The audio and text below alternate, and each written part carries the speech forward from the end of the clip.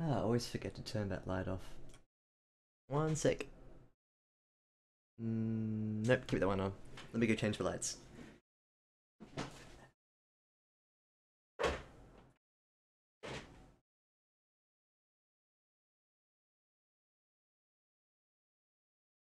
Every time, I always forget. Hello, welcome to Lyrebird Edits. Welcome to another very well organized stream of Lyrebird Edits. Welcome. You're pretty dead this morning. I feel you, but in reverse. I'm sleepy too, but I've got tea, so I'm all good. I hope you've got some sort of liquid caffeine at your disposal. Otherwise, how are you, Outrider SG, Mr. Shawn?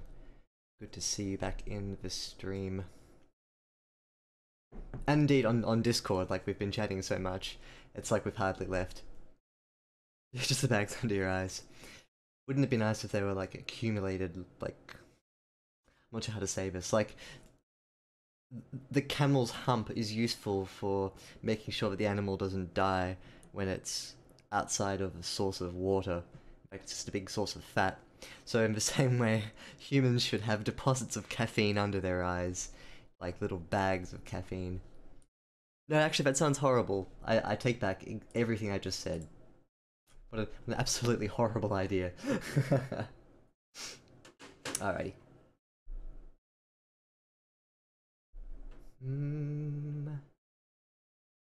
Good. I think your stream quality is holding. Let me know if anything funky with the stream happens. While I make myself comfortable and don't put the reset switch close to my feet like what I did last time. Yeah, kind of horrifying thought. Yeah, I'm sorry for bringing that up.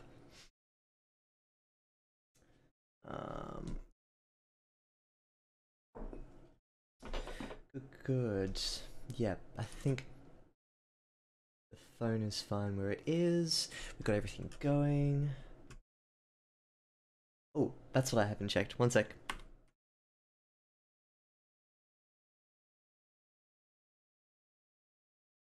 Yeah, this one. Just making sure I'm not downloading a Windows update. That often hurts my internet.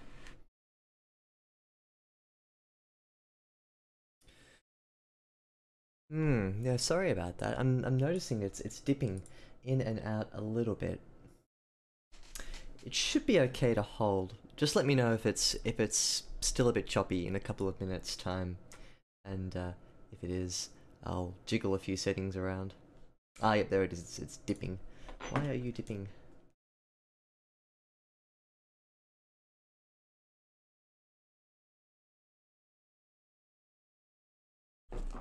Maybe here. Alrighty, well, why don't we start? Why don't we start? This is for your benefit, Outrider SG, and for, well, really for everyone else who tunes in to join in on the fun as well. But because it's your story, it's just you and me direct, which is nice. So, to provide a bit of context for people who are either going to be popping in the next couple of seconds, or if you're watching this on replay, yeah, it is a bit intimate, isn't it? I was about to sing that song, like just for two of us, but I don't know any more of, like, you know, if you start to sing a song and you can't follow through with it, it's really awkward. Who was that song by? Just for two of us. It was like a popular song way back when. In any case, for those who are going to be joining us a bit later, a couple of weeks ago we were dealing with ShawnG's first chapter. It was a story about an alien invasion, but the details of it were sort of a bit mysterious and kind of shielded. A lot of the scenes were from the perspective of, well, sort of focalized through Aiden, as Aiden and his wife and their daughter kind of shield themselves from the immediate aftermath of the alien arrival. Grover Washington. Grover Washington, let me look that up.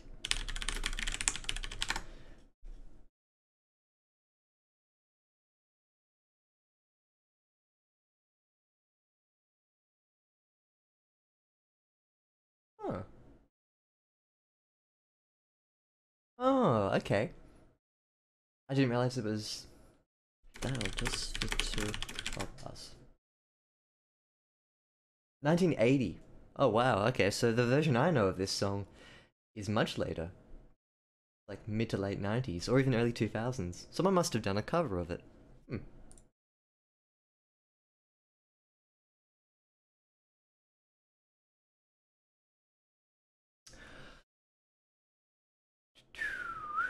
Okay, well, without any more interruption, why don't we get started on chapter 2? So Sean's been reconfiguring the first chapter, and I haven't had a chance to sort of go back and read the changes all throughout. But I remember discussing on Discord that Sean, correct me if I'm wrong, but my understanding is that we were talking about how chapter one ends with its perspective. Um, it, it pushed into Julia really briefly as the alien arrived and knocked her out from behind. But I think this time, chapter one, you cut it back a little bit before. So Chloe stirred, tears running down her cheeks, as Aiden scooped her up with care and placed her back into her car seat. The soft skin of her forehead was still hot and damp with sweat. Aiden brushed his fingers through her hair as Julia would do, and she settled down and closed her eyes. Okay. He carried on toward the door, weapon in one hand and baby in the other, then scaled the stairs. Okay, interesting. So you decided to make Aiden take Chloe with him. Cool. And that's where you're gonna cut it. Then we go chapter 2 from the position of Julia. Okay, nice one. Yeah. That feels like it's more sort of rounded and contained if you sort of end it like that, yeah. Oh, good thought. I had totally forgot about that segment from Austin Powers. Maybe the reboot of the song made that more popular? I don't know. I think we're overdue for another Austin Powers movie. I was thinking about this the other day. Then again, careful what we wish for, because it might turn into the Avengers. Um, oh, okay. There's a family dog now, and we cut when Aiden scales the stairs. Did you have a dog all the way through chapter one, or is that just like it's like a background detail that they had a dog and there's no dog anymore?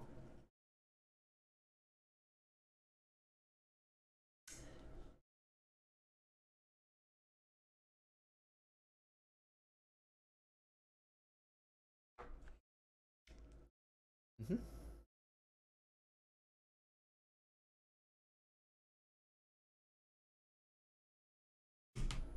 Control F smoke for the dog bits. I will, yeah. I'll be interested to see where you put him in. So before we head up into chapter two, Control F smoke. Let's start from the beginning.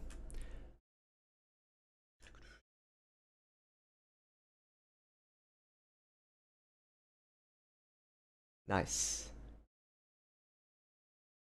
Quite happy to be wearing this. What's nipping to Smoke's tail? Good. Yeah, interesting. And it seems like you sort of peppered him fairly consistently throughout as well. Um, and then it gets separated. Ah, okay, interesting. Right, because I was gonna ask you how you contended with having an animal within your scenes, but it seems like he may have been separated. Hmm. Again, correct me if I'm wrong. But yeah, I think our focus should be firmly on chapter two. So let's dive right in. Tufts of light twisted around the trees, shearing bark from heartwood. Savage and bleak they danced, lurching over two flames in a grove of embers. The luminous knots billowed, uniting into a singular peril. Combined, they swarmed at the blazes. Of oblivion, a shadow burst from the break to meet the threat. Together they twisted, a writhing mass of darkness and radiance until one remedied the other. Out of that nothingness, a smouldering fog emerged, black as onyx. From its shapeless form, four canine limbs molded and folded onto the ground, smooth in its transition into a living thing. The silhouette approached the fires, empty of their glow. It stood tall, glaring down at the flames. They flickered beneath its gaze. It turned, loping toward the wood. Reaching the tree line, it whirled back and lingered. One flame grew large, the other small. A spark of brilliance ignited within the dark haze, erupting into a blinding aura white as winter. Now I'm gonna push forward a little bit more before I come back and talk about this, because when we have like these little segments of quite dense writing, I usually find it's important to assess what immediately comes after it. Her eyes snapped open. She gasped in the dark. So she gasped into the dark. What the hell was that? So there we have context what's just happened. Grasping at fading memories, scattered images slipped through her fingers like silt as lucidity carried them off. Echoes of a realm she possessed no sway over. It mattered little. Julia put no stock in dreams.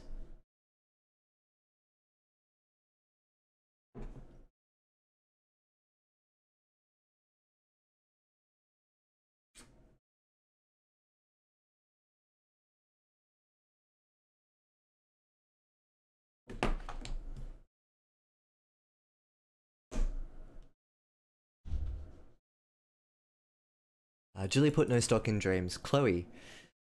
She was asleep snug and warm beneath the folds of Aiden's jacket, but she looked pallid and miserable. Julia held her daughter in her arms, a tiny thing that had once been so easy to protect, shielded beneath her own flesh. She longed for her to be safe again, but now Chloe needed something and Julia needed to provide it. There was no simpler math. Watching her beautiful amber skin turn pink with fever, her little voice straining to cough, it was primal. Julia would find her way back to the car. Aiden's concerns be damned. But there was a morsel of doubt. What if she never made it back? Julia did not want her baby girl to grow up with even half of the tragedy she had endured. In the absence of any light, save that which flashed intermittent over the walls, Julia retraced in her head the path they'd taken the night before.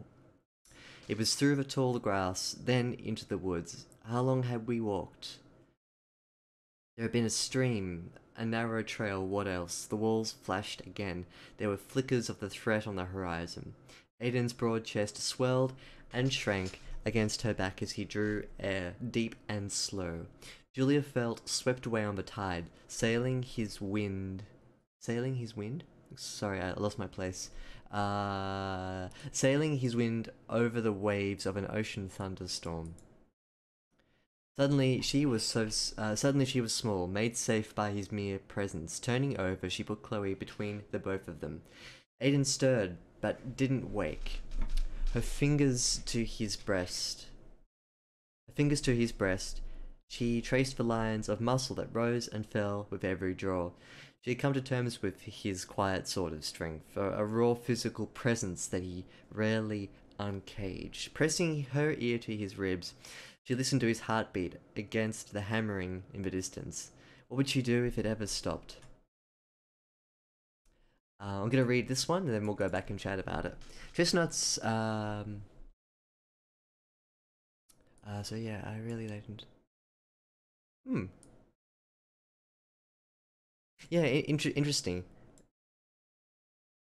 Just what you say about using the dream that way as like your chance to kind of weave in the unreality against the reality. I know what you mean. Chestnut strands of Chloe's hair bounced like springs against Julia's fingertips as they ran across her brow. And she could feel the heat emanate from her delicate skin. Her tiny hand swatted at her ear as she thrashed in discomfort. Julia suffered a clawing at her heart, a singular agony, unable to bear her daughter's pain. The muscles in her oval jaw tightened, and she huffed through her nose, knowing full well what must be done. Her arms slipped out from beneath Chloe, smooth and quiet. She slid away, pushing off the pallets, nimble as a cat. To her feet, she worked the stiffness from her thighs. Using her hand to hook her ankle, she bent her leg back at the knee. Using her hand to hook her ankle, she bent her leg back at the knee, pulling to stretch the muscles taut.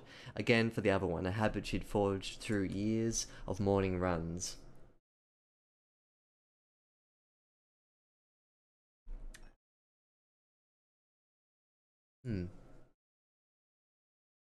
Hey, Outrider, and for anyone else watching, just bear with me for like 5 seconds, okay? The stream's gonna pop down and then pop up, really be back up. Good. I just wanted to see whether or not that kind of like flushed a setting or something and is gonna make the stream more stable. There's no reason tonight why it should be up and down, so sometimes I've noticed that if you just restart the streaming, it's all good. And here we are again. Welcome back from that horrible 3 to 4 seconds that you had to not hear my slightly nasally voice. Must have been horrible. Yeah. I have to live with this voice, by the way. Anyway. So, that's a good opportunity, I think, to stop there, and we'll talk about everything that's just happened. So we've got a dream sequence that bleeds into the present, and then we have, I suppose, a little scene where we reprime ourselves as to what has happened before what was evident in the last chapter, which was that Julia and Aiden have a disagreement about how best to proceed. Chloe is getting increasingly more, her medical situation's getting a bit more dire, and in response to that, there's medicine back in their car away from where they are in the mechanic's shop. So Aiden wants to stay put, Julia wants to go and grab the medicine, one thing leads to another, and they kind of, they diverge, as is evident here. So the end of the last chapter is Aiden deciding that he has to take Chloe with him and push out into the wilderness to find Julia, who has, in the middle of the night, up and left. So then we have this perspective here, which is Julia waking up and is probably going to leave. So, what that means... before I talk about this dream sequence here, I suppose, the thing that I expected about this chapter as an opener was for there to be a sense of smoothness between the end of the last one and the beginning of chapter 2.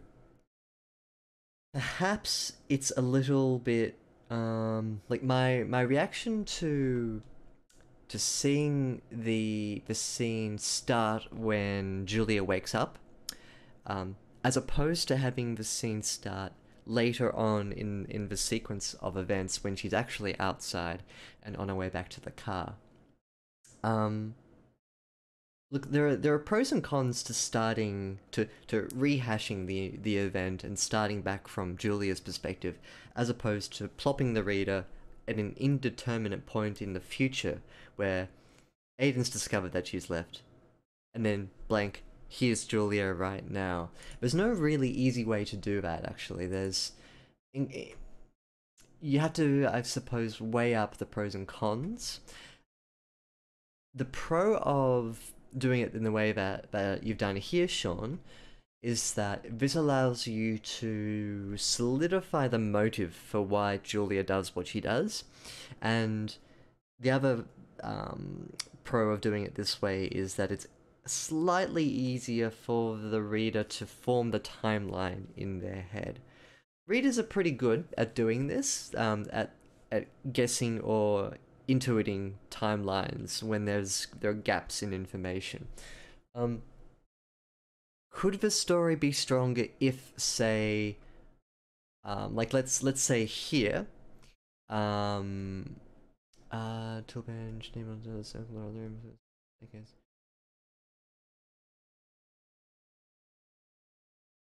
So, for example, here is where she steps out of the doorway. So that's her having broken away from Aiden, which we already know she does. Everything from here up unto here, this section here, strictly speaking, occupies a space that the reader has already assumed has happened. We know that Julia's up and left. We know that she's gone because of Chloe, and we can guess her motive, which is that she She wants to go and find medicine for Chloe, and she thinks that this is the best way to go and do that behind Aiden's back, so to speak. So everything that I've currently got highlighted here from the start of page, end of page 16 down to the start of page 20. It's, I'm gonna guess like 1.3k words? Ah, so close, 1.2. Or, yeah, so if the story is going to occupy a space where it occurs in overlap with the previous chapter, it needs to have information in it that we otherwise don't have, or it needs to re-solidify the point quickly and then get out of the basement as soon as possible. That's my feeling about what's going on here. Yep. And to give her a bit of background to her. Great. So if you wanted to do that, then let's keep that in our minds as we tackle these, everything up to here, which I'll highlight in light blue. Good.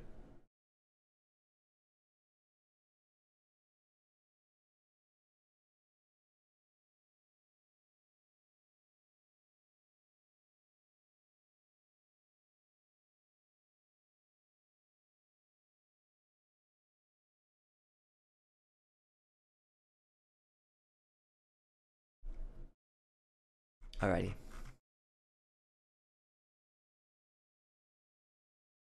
That's good to keep in our minds as we push through into this scene here. Then we can evaluate whether or not it adds to that idea, or if it feels a bit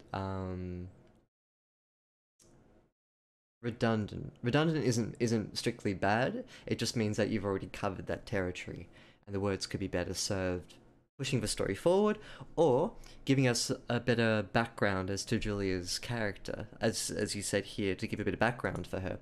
So, for instance, if we find that she's just doing odd things within the basement, like walking around or surveying the scene, we may be able to sort of highlight that and go, okay, well, maybe it'd be better served if she was talking about something else, for instance. Let's get to that when we get to that.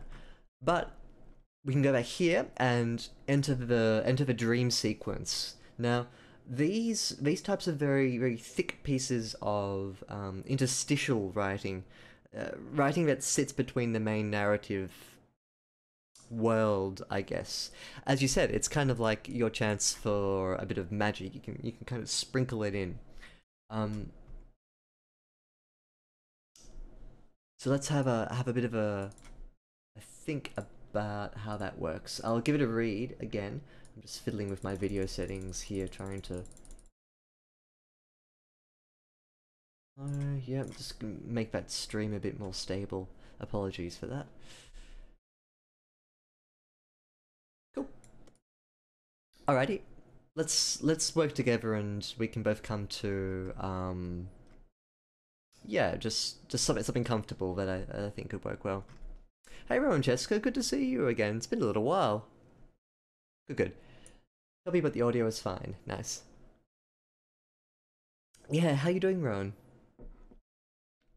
We're just about to tackle this opening section of chapter 2 of Outrider SG's story. So, tufts of light twisted around the trees, shearing bark from a hardwood. Savage and bleak they danced, lurching over 2 flames in a grove of embers. The luminous knots billowed, uniting into a singular peril. Combined, they swarmed at the blazes. So let's break this down into its constituent sentences. Tufts of light twisted around the trees, shearing bark from heartwood is thick, but I think it works fairly well. Tufts of light is something that I personally... I have a connotation with the word tuft, like tuft of fur. But I think objectively it's fine, so we can leave that. Good. Savage and bleak they dance, nice. Just be careful to... That's the second time we've used phrase 1, phrase 2, phrase 1, phrase 2. So we've got to keep that in mind, that we break the grammar structure up. Now, lurching over two flames in a grove of embers, voluminous knots billowed, uniting into a singular peril. Combined they swarmed at the blazes. So, at the blazes, two flames in a grove of embers. This is, for me, I'm going to highlight this red. Because it's red for embers. This is, for me, where the image is,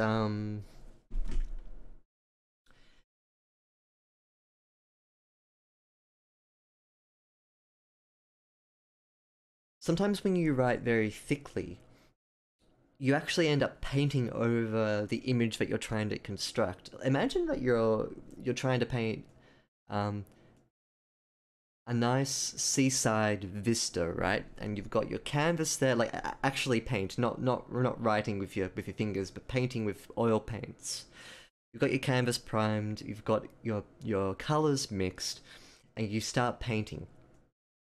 Up until this point here, you've got like a fairly decent sense of color and shape, but the heavier that you paint and the more thick words you use, the more, I suppose, verbose and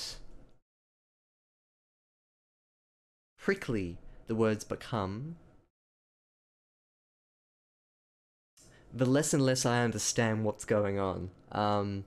There's a really fine balance with this sort of writing, with writing it beautifully and with really nice words, but at the same time planting the seed direct into the reader's mind as to what the hell is happening. Lurching over two flames in a grove of embers, voluminous knots billowed, uniting into a singular peril, combined they swarmed at the blazes. Something's on fire. Now, it's a campfire we find later on. At least I think it's a campfire. But we've had two sentences to explain it, and no real solution to that question. Because the writing is so thick, I'm less and less inclined to suspend myself between the sentences. I had to take very baby steps through this writing because it's so like you've dialed the volume up.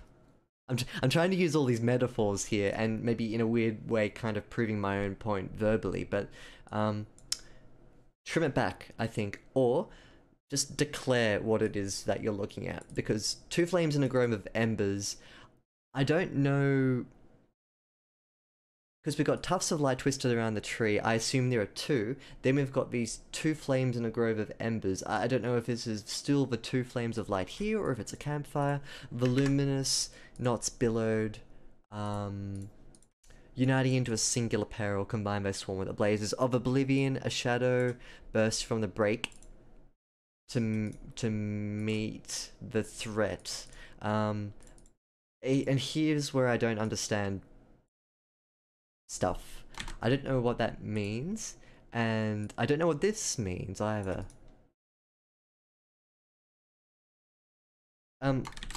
If I have to guess what's going on here, these are the aliens. This is from the aliens' perspective, and they've found people around a campfire. They burst forward to meet the threat, which is the humans. Together, they twisted arriving massive darkness and radiance until one remedied the other. So now there's only one alien shadow. Out about nothingness, a smouldering fog emerged, black as onyx. From a shapeless form, four canine limbs molded and folded onto the ground, smoothing its transition into a living thing. I think the aliens are taking on the form of a dog. The silhouette approached the fires. Empty of their glow, it stood tall, glaring down at the flames. They flickered beneath its gaze. It turned, loping toward the wood, reaching the tree line it whirled back and lingered. One flame grew large. I'm less and less certain about what's happening. Sean, could you tell me outright here, just through chat, what's happening? Is the alien taking on the form of a dog? Is the alien finding something around a campfire, overpowering it, and taking the form of a dog? I'm lost. I'm sorry. But then once I get that core seed of the idea in there, then we can, then I can assess whether or not I'm silly and I don't get it. It may just be me being stupid. So let's get to the bottom of this, and I'll have a read through chat.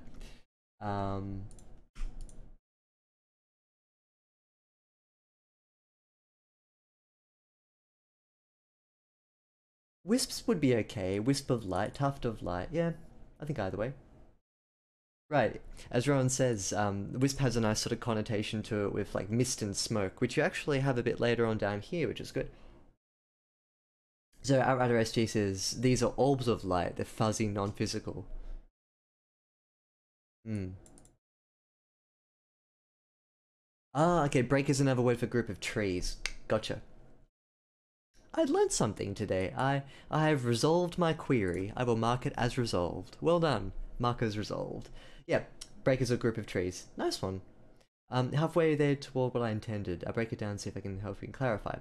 Cool. So the lights represent the aliens, the shadow represents the dog. The flames are Julia, and a character you'll meet later in the chapter. Hmm. Okay, interesting.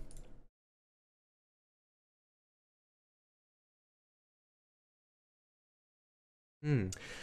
The aliens lunge at the flames, which is Julia and the character, and the dog bursts from the shadow to save them. They tussle, shadow wins, transforms into a dog.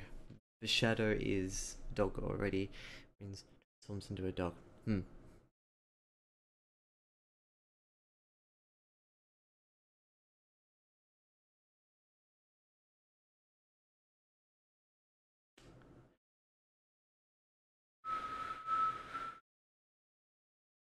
My inclination here would be to do something a little more, not so much direct, but anchored to the character. And it's overtaken by the light. Lavender dies at some point. Oh, okay. Yeah, gotcha. So it's laden with quite a bit of action and symbolism and prophecy, I suppose, is what you'd call this. There's a risk with this type of writing of making it too opaque, and not in the sense of like a... Yeah, actually, in like an obscurity for obscurity's sake, and I know that's not what you're intending.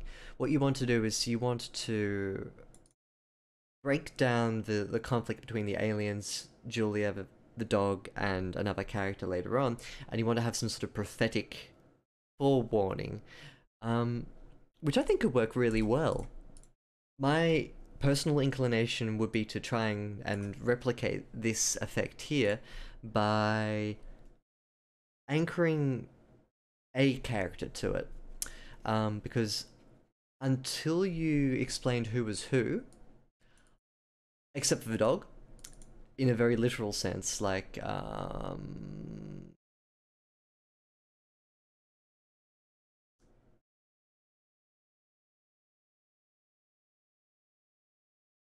I see what you mean. I see what you're going for.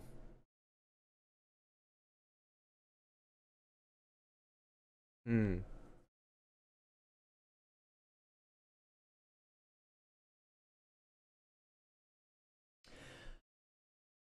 My inclination would be to have Julia experience what it would be like to be stuck in the middle of this scene with her as the flame, so she could experience firsthand what it is to be on fire, basically, but in a sort of more spiritual sense, I suppose. Um, and then to have her see the light coming in, to have the shadow fighting the light, manifesting itself as the dog. You can probably strike that balance. For me, it's not so much the fact that it's verbose. It's rather that until you explained it, I don't think that there's a clue here as to who any of these people are, with the exception of the dog. And even at that point, it feels more like it's talking about the dog in an abstract sense rather than having a connection between characters. And I hope that makes sense. Um, Let me try something else.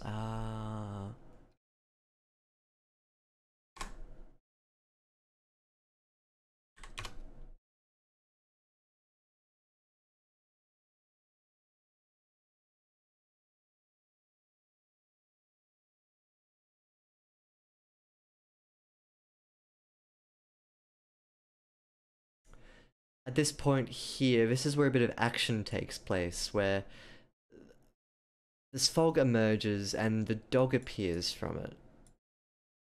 The silhouette approaches the fires, empty of their glow. Eyes snap open. Cool. The only thing I'll say about this before I move on, I don't want to belabor the point or anything, just watch out for the repetitive sentence construction. Silhouette approached the fires, empty of their glow. It stood tall, glaring down at the silhouette. So this, then that. This, then that. This, then that. This, then that. And a little bit here. So, and also up in the first paragraph too. Just mix the sentences up, make them a little shorter and longer. Like this is good, like the run on black as onyx, full stop, from its shapeless form, push forward, good. Just be sure to try and mix them up a little bit more. That's all I'll say about this section here.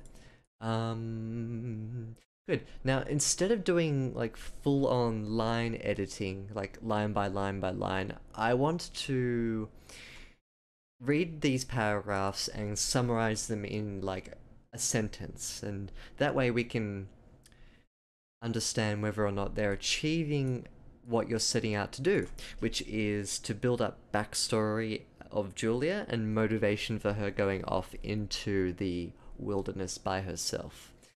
If either one of those words, if either one of those is being achieved, I think then that paragraph is justified. So let's push on. Good. Cool. No, that's totally fine. Like, often it's one of those things that you don't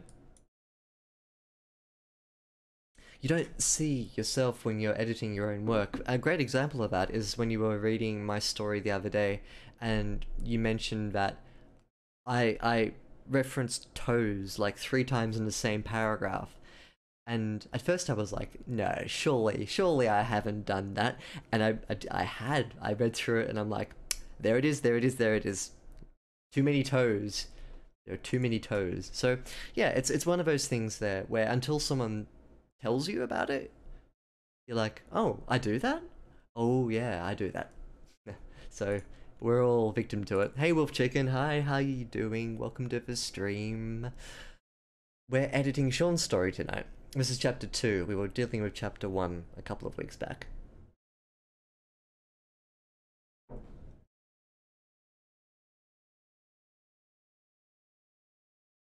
I don't know if I'm preaching to the choir here, but I think everyone's in my Discord, aren't they? Links on my Twitch homepage.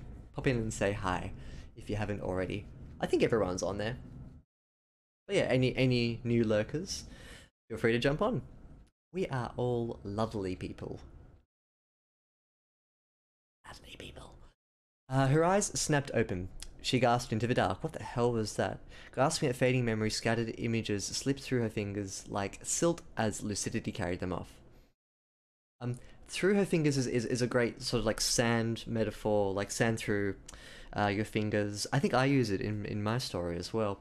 It works better in a literal sense. If you just get slipped away, it actually says the same metaphor without using the same words. You don't change the image, but you just cut down the words. Maybe that works a bit better. But I promised I wouldn't do too much line editing of this. Because of Rome she possessed no sway over. It mattered little. Julia put no stock in dreams. Chloe, she was asleep, snug and warm beneath the folds of Aiden's jacket. I like how this is almost rhetorical. And there's no dialogue tag to it as well. But I like that. I like how immediate and fluid that feels. It's good. But she looked pallid and miserable. Julia held her daughter in her arms. Tiny thing that had once been so easy to protect, shielded beneath her own flesh. She longed for her to be safe, to be so safe again. But now Chloe needed something and Julia needed to provide it. There was no simpler math. Watching her beautiful amber skin turn pink with fever, her little voice straining to cough, it was primal. This is clever here, actually. Let me... There was no simpler math is a really good description of what's gone, like, what the problem is, so to speak. That's nice. Well done. So I'm highlighting it in green for a tick. Positive reinforcement. Lovely. It was primal refers back to two things: Julia's maternal instinct and Chloe's fever. It's really clever how it sort of goes both ways. Yay, dopamine. That's true. That's true, Wolf Chicken. Very true. Um, and in actual fact, you have 2 feet as well, so you probably need 10 toes rather than just 3. I don't think you could do well with 3 toes. Hmm. 3 toes per foot, you might be okay. Yeah. Yeah, so this is clever too. Well done. Julie would find her way back to the car, Aiden's concerns be damned, but there was a morsel of doubt. What if she never made it back? Julie didn't want her baby girl to grow up with even half of the tragedy she had endured. So here, we've hit the nail on the head. It's like, bam, this is what Julia's doing, this is why she's doing it. And at this point, I'm sort of like, okay, great, I'm ready to go. So, with that in mind, in the absence of any light save that which flashed intermittent over the walls, Julie retraced in her head the path they'd taken the night before.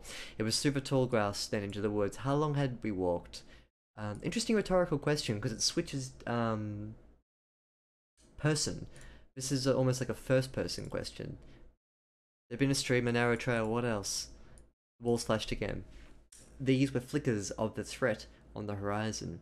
Aiden's broad chest swelled and shrank against her back as he drew air, deep and slow.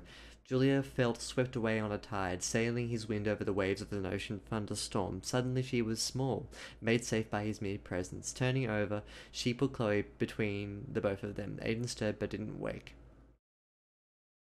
Her fingers to his breast, she traced the lines of muscles that rose and fell with every draw. She had come to terms with his quiet sort of strength, a raw physical presence that he rarely uncaged. Pressing her ear to his ribs, she listened to his heartbeat against the hammering in the distance. What would she do if it ever stopped? Also quite good, I think. I'm still with you here. Clever here, echoing the heartbeat against the hammering in the distance. I really like that.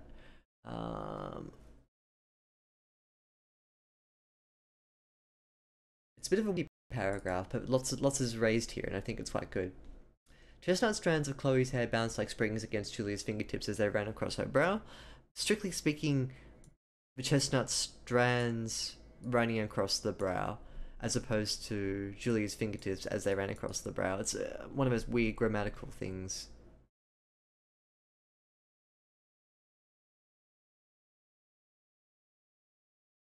Chestnut strands of Chloe's hair is the subject, so the chestnut hands are running across her brow. I don't know. Doesn't really matter though, because I know what you mean. And she could feel the heat emanate from her delicate skin. Tiny hands swatted at her ear as she thrashed in discomfort. Julia suffered a clawing at her heart. I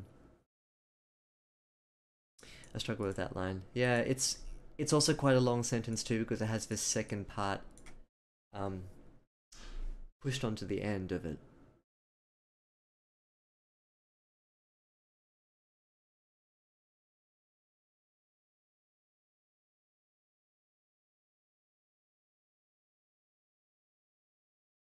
The other thing you could do is to make Julia's fingertips the subject and push everything into the back.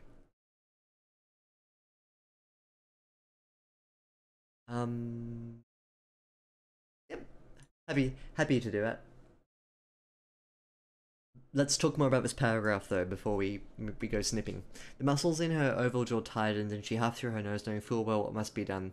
Her arms slipped out from beneath Chloe, smooth and quiet. She slid away, pushing off the pallets nimble as a cat to her feet. She worked the stiffness from her thighs.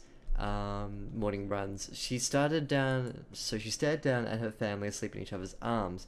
Aiden, the only person who loved that baby girl as much as herself.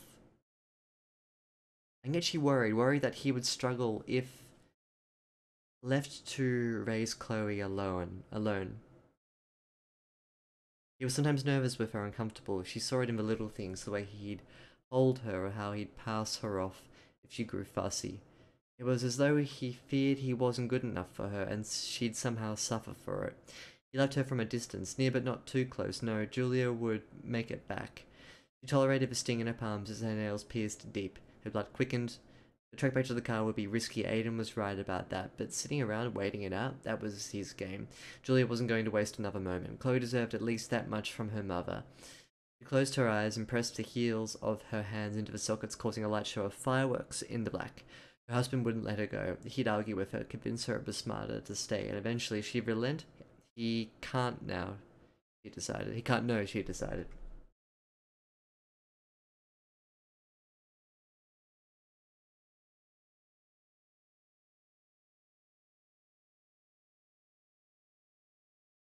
Julia moved slow through the basement. Sorry, I'm just gonna read here a little bit and get my finger on the pulse of what's going on.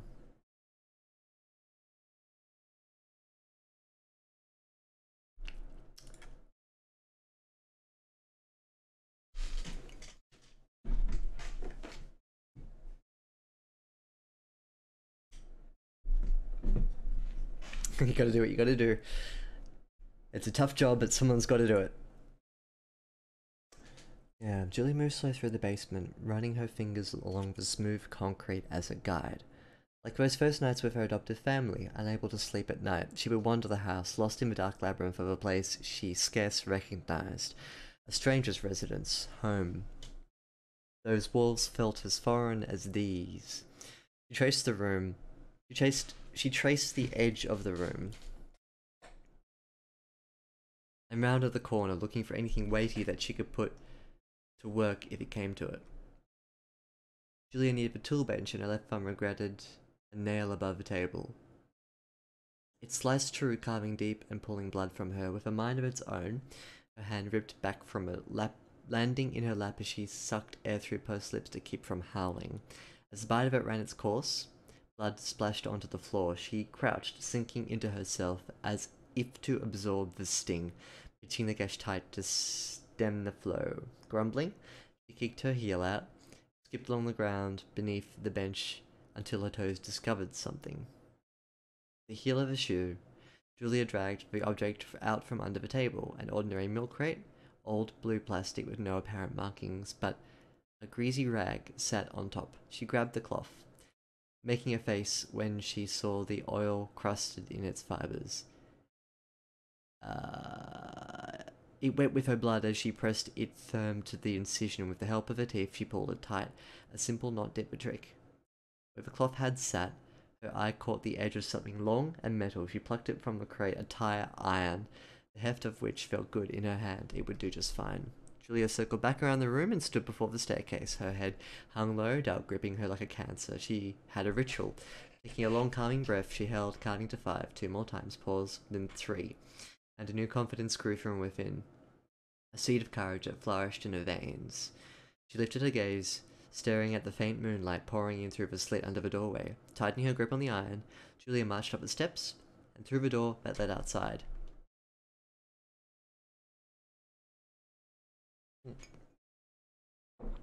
So I was actually wrong before. Here's where she ends her interior experience and moves outside. Okay. Each paragraph is about...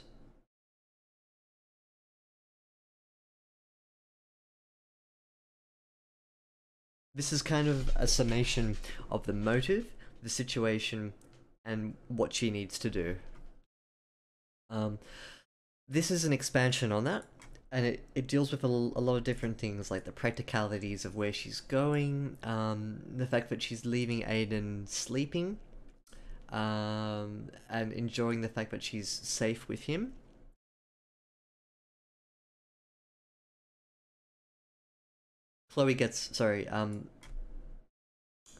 Julia gets up.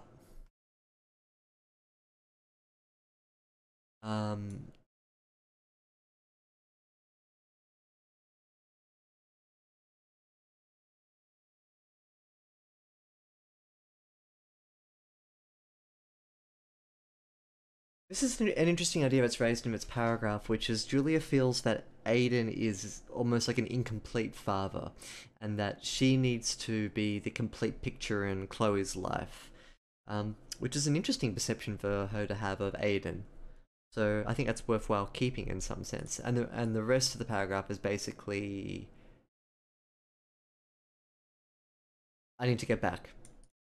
So this is I need to get back for the sake of Chloe. I need to find something to protect myself with, and also a really nice throwback into this stranger's home kind of feeling. I found a tire iron. Deep breath before you go outside, and now I'm outside. So with all of that from here onwards, this is a solid 740 words, which is in book page terms like 3-ish. And it's well written too. Like the sentences on a line by line basis are very functional, and that's not like that's not a backhanded way of me of telling you that it's not good. What I mean is that the way that it all fits together is really nice and fluid. There's no overt like grammatical missteps, which is nice. I think it's just a little bit too long, and the ideas that are encompassed within all of these paragraphs can be summed up in simple 1 or 2 sentence chunks, which are more powerful in their brevity than they are in their paragraph long explanations. And that may sound a bit sort of, I don't know, harsh in some ways, but less is more. I often say on the stream that one of the things I find myself repeatedly saying to people is to write more. And that's usually because when people are describing action sequences or how characters are developing, they often just leave out some detail because it might be too boring. This is, I think, one of the first times on my stream in recent memory, at least, where the opposite is occurring, and we've got quite a lot of detail that's good and well written, and it fits, and it serves a purpose. But if you cut out half of it, strictly speaking, nothing would change. And in fact, you might actually make it more effective in its brevity.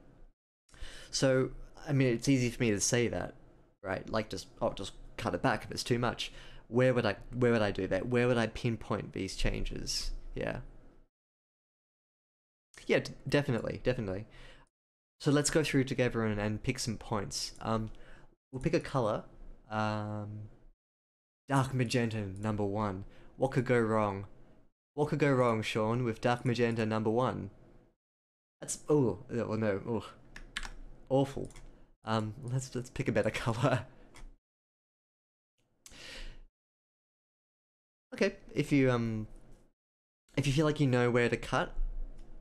Nevertheless, my recommendations would be keep this paragraph. A couple of places here you can trim, but overall I think this is quite good. I would cut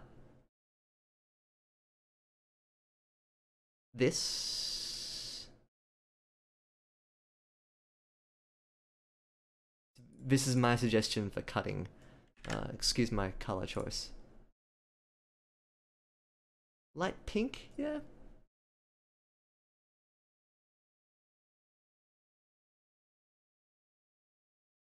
Lee Everett, you salty dog. Welcome back. No, that's all good. We're on the same wavelength. We were on the same wavelength there, yeah. Oh, cool, yeah, you want my input. Now we're on the same wavelength. Psycha, get in here. Where are you? You're lurking. Like, do you ever edit super short stories? Yeah, I have actually in the past. I've done like a couple of 100 words stories and 1 or 2 under 1,000. Sometimes I'll do them back to back with other edits. So I'll start off the night's stream with the shorter story, and then I'll do the next one. So if you've got something that you want me to look at, send it over. I may even pop it in before part 2 of Shawn's edit. Just if it's like a sort of easy 15 minutes, then we can brush it off. Yeah, it's like an YouTube. quality YouTube comments right here, filtering through.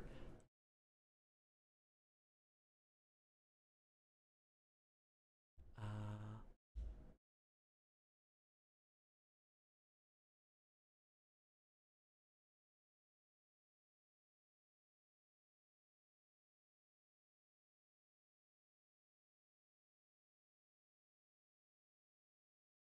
this section here you can basically summarize as, although he'd say no, Julia knew that she was right. Full stop. Next paragraph.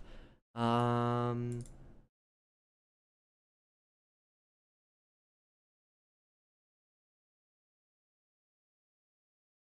Oops. This is quite good. Like I like how you're throwing back into her past and bringing up a memory that's like a one-for-one equivalent of what she's going through right now. I think this is okay to keep. This is, I think, a bit unnecessary. Julia finds a tire iron, unless it's super important, super important, that Aiden is like he finds the blood-soaked rag, for instance. But it doesn't need to be that long. It's a good 219 words, which when you convert it to page length is almost like 2/3 of a page. For something that can be basically, I found a tire iron. Yep. Julia circled back around the room, staircase, she had a ritual, and going outside. So I think if you can cut down the pink and squash it together, that's about half that we can. And I don't mean to get rid of it completely, I just mean to really like condense it to make quality writing juice from this, to make writing concentrate. Well, it becomes a big thing. Okay, cool. If that's the case, weave it into a single sentence. She goes to pick up the tire iron, but draws her hand back sharp. What was that? Oh, it's a nail that I scratched myself on. And then she can like suck her finger to stop the blood from going. Make it smaller, I think. Yeah. Yep. Saika, hello. Hello. It's just one Australian in here tonight, and one pretend Australian. You can be the pretend Australian, and I can die a little bit inside whenever I see the Australian slang thrown at my face. Happy 4th of July, American people too. I haven't stopped hearing about it. It's July 5 here. You know what sucks for me? April Fool's Day. Because we get it once and it's funny for 5 minutes, and then it goes on for 40 hours because of time zones. Because of time zones. You go to sleep and you wake up on April 2nd, and everyone in the Northern Hemisphere and like west of where we are is just like, ha ha ha, look, it's funny stuff, and it's the day after for me. Anyway, I'm not gonna complain about time zones. Good. Yeah, I'm glad. Sometimes it's often just getting someone to point out, like, you don't even have to take most of what I'm saying and suggesting here as this solid guide. It's just more to get you in the mood of thinking about how to condense the story. And once you start, you'll find it almost addictive in how fluid it becomes for you to do it yourself. You'll want to cut down after a while. You'll want to do it yourself.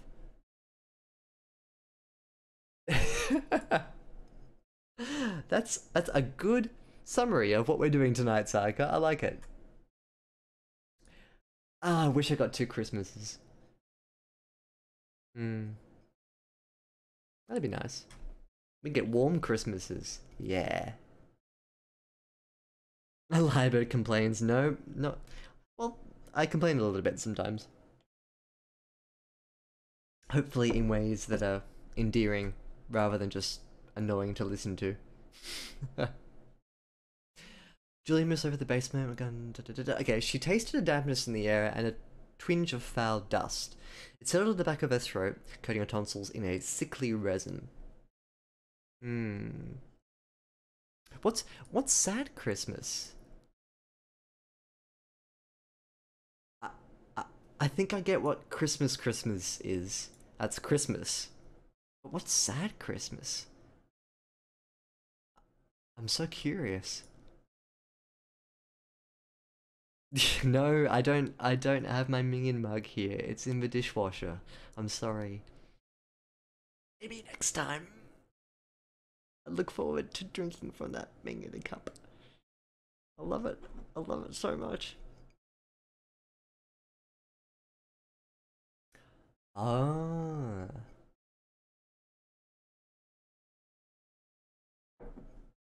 Hmm. The second Christmas. I usually like all my second Christmases. Hmm. I'm lucky, I guess. I can imagine if you didn't have as good a relation with your family and you had to sit there and, yeah, experience a second Christmas or a second Thanksgiving or a second etc. etc. It'd, yeah, it'd be hell. But for me, 26 through to 31 is ham time. It's ham. You wake up. Oh, what time is it? It's ham o'clock. We have this ham bag that we keep our ham inside of, and every meal is ham. Ham for breakfast, there's ham for lunch, there's ham for dinner, there's ham for ham. Whenever you want anything that's not ham, you get ham. That's ham time. Kilograms of ham. Okay, a year closer to Death Day. Yay! Also your birthday as well. Yay!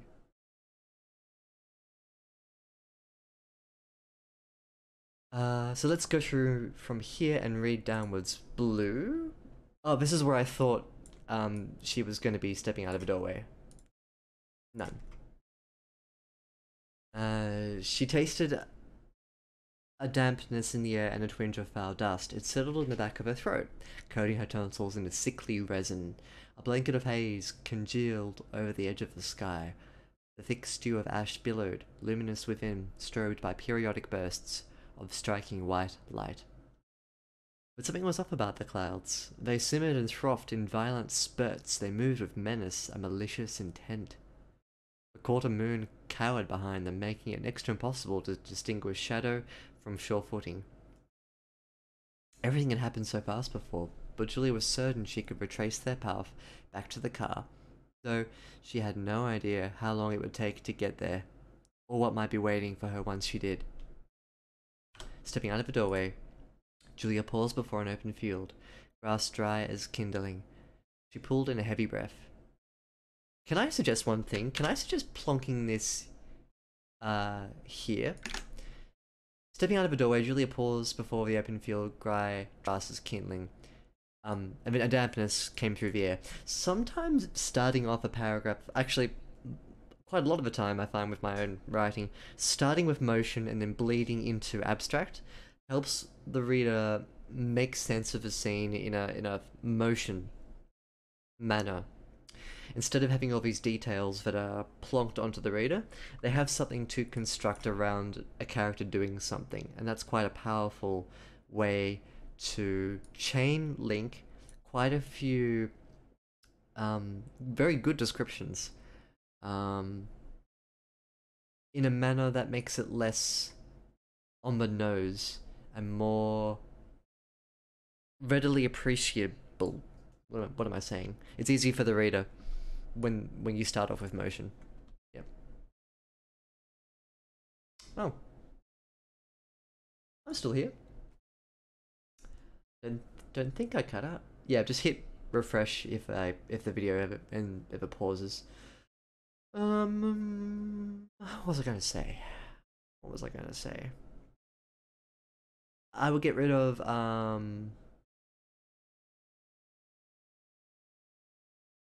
coating her tonsils in a sticky resin. In fact, I get rid of this altogether.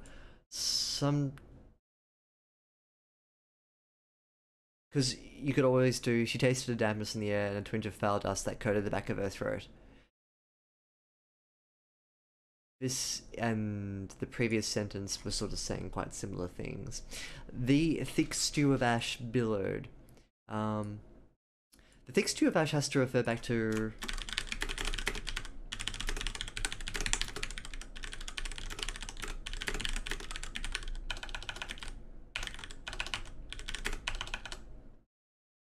C-H-A-P-T, yeah. Yay! Nailed it. Eventually.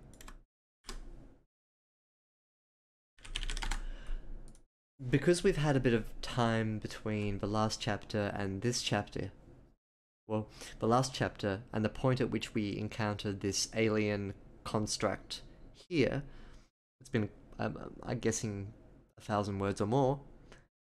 It wouldn't hurt just to reiterate what this is in plain terms rather than in descriptive terms, so that your reader is re-grounded in a fairly important object here. That's what I suggest. Buffering for a sec. Oh dear. I need a glass of water. My throat's getting a bit dry, sorry. Bear with me for a tick, okay?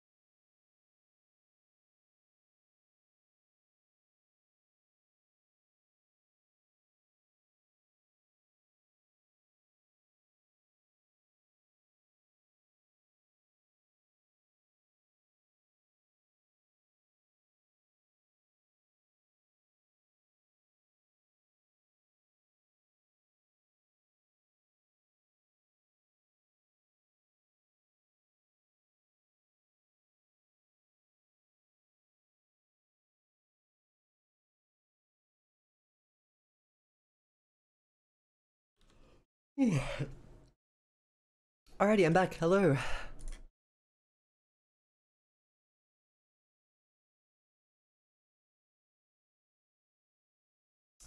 Sean says this is actually a separate event, an artificial cloud brewing on the horizon. Okay, cool. In that case, so after you told me that the cloud is something different, maybe have Julia comment about its newness, or for the purpose of clarifying to the reader that that's the case, so comment about how it looks different.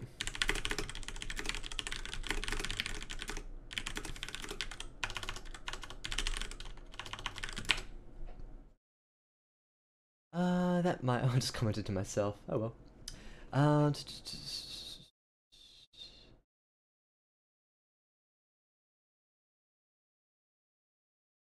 Oh yeah, that's right. You're in summer. That's right. This isn't real psych saying I got a glass of water. I'd take your summer away if I could, and trade you for my winter. Okay. So, Outrider says, mystery for many chapters. I'll have to find a way to make it clear, without betraying anything crucial. Cool. You can draw attention to the fact that it's new and unusual without explaining exactly what it is. Because otherwise, if you don't differentiate it from the column that we had in the first chapter, people would just sort of merge the two together and assume it's the same. Sometimes having your character sort of express that unease about they're not sure what they're looking at, totally fine to do, but it's useful to do that. Um, Instead of generating mystery through obscurity, you can generate mystery by getting characters to question things too. Uh,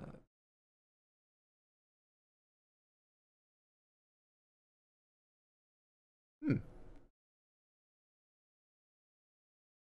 cool, nice. Yeah, that's definitely low sci-fi. Or not even lowbrow sci-fi, just lo-fi sci-fi. As you said, it's sort of where it's as real as possible with like a little bit of fudging. That's what we call low science fiction, as opposed to high sci-fi, which is like balls to the wall, crazy, deep, so strange it can't be categorized as anything else. Sci-fi, like the Quantum Thief, or what's a really good example of high sci-fi? Dune. Um,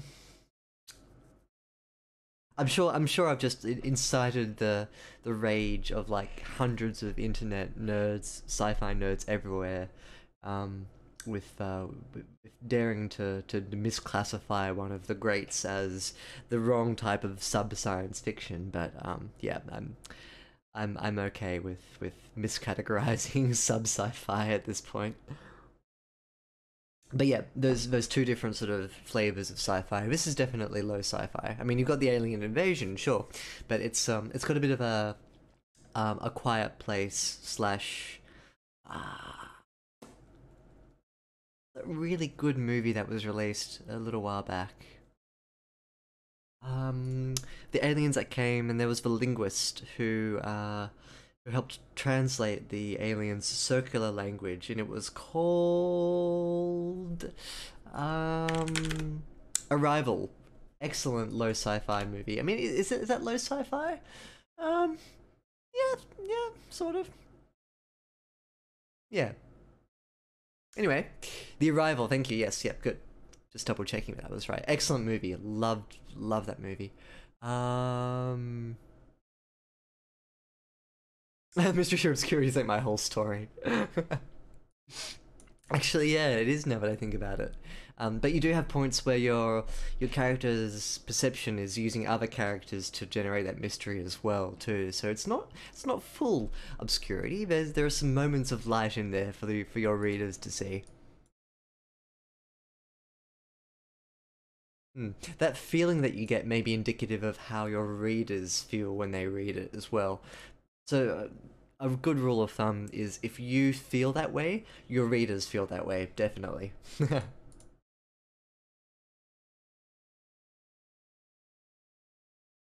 Oh, is it just Arrival, not The Arrival? Anyway,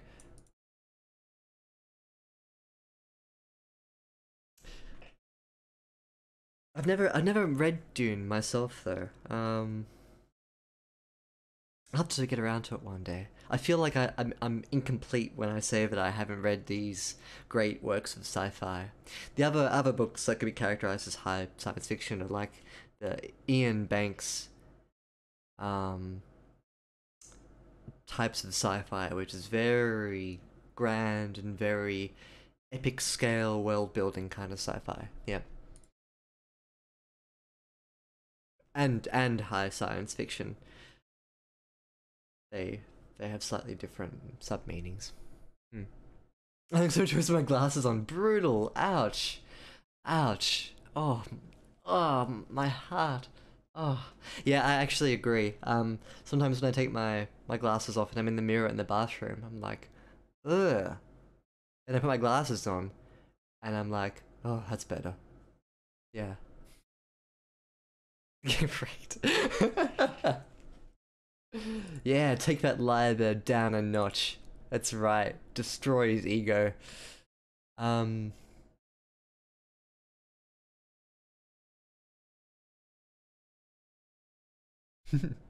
She pulled away. She pulled in a heavy breath. The aroma of sweet feather reeds. Hang on. Where are we? The similar. Um.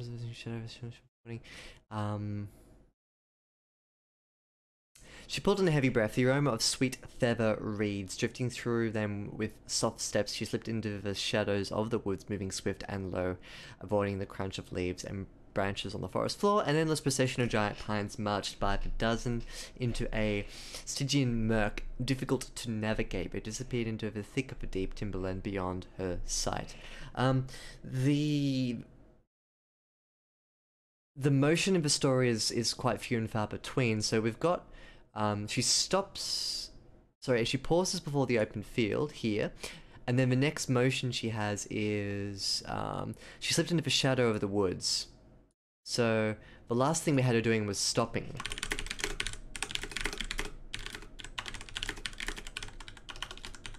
Stopping before the plane. So she really needs to cross it. So she needs.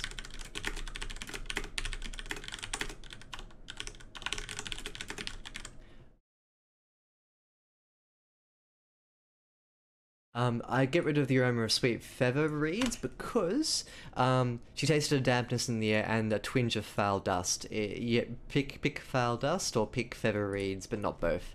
Drifting through them with soft steps, she slid into the shadow of the woods. The difficulty with this sentence here is that prior to this phrase here, there is no motion. So. Oops, Morton motion. So the through them and so that the through them phrase doesn't click with any recognizable story element. What I mean by that is that the way that the sentence is constructed with the main motion taking place here is such that because we've had no motion before it, it's just blank. It means something if something happens here, but pulling in a breath is probably not enough to justify that. The fix for this is just to rework the paragraph so that it has a bit more motion to it, crossing the plain, entering the forest. An endless procession pines marched by the dozen to the Stygian murk, difficult to navigate. They disappeared into the thick of the deep timberland beyond her sight. They being the trees. The trees disappeared into the trees. I don't know what this sentence is really.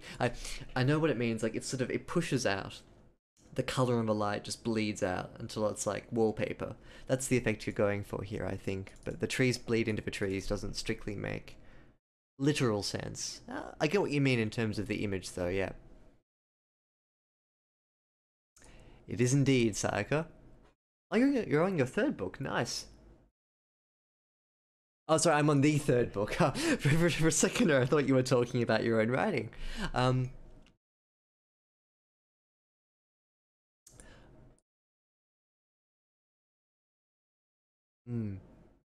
friend of mine recommended I get into Ian M. Banks. When I finish my PhD, I will. When I have a bit more free time, if I ever get free time again, I'd like to read more. Slash, no, actually, I don't think I've ever read an Ian M. Banks novel, so I'll have to start.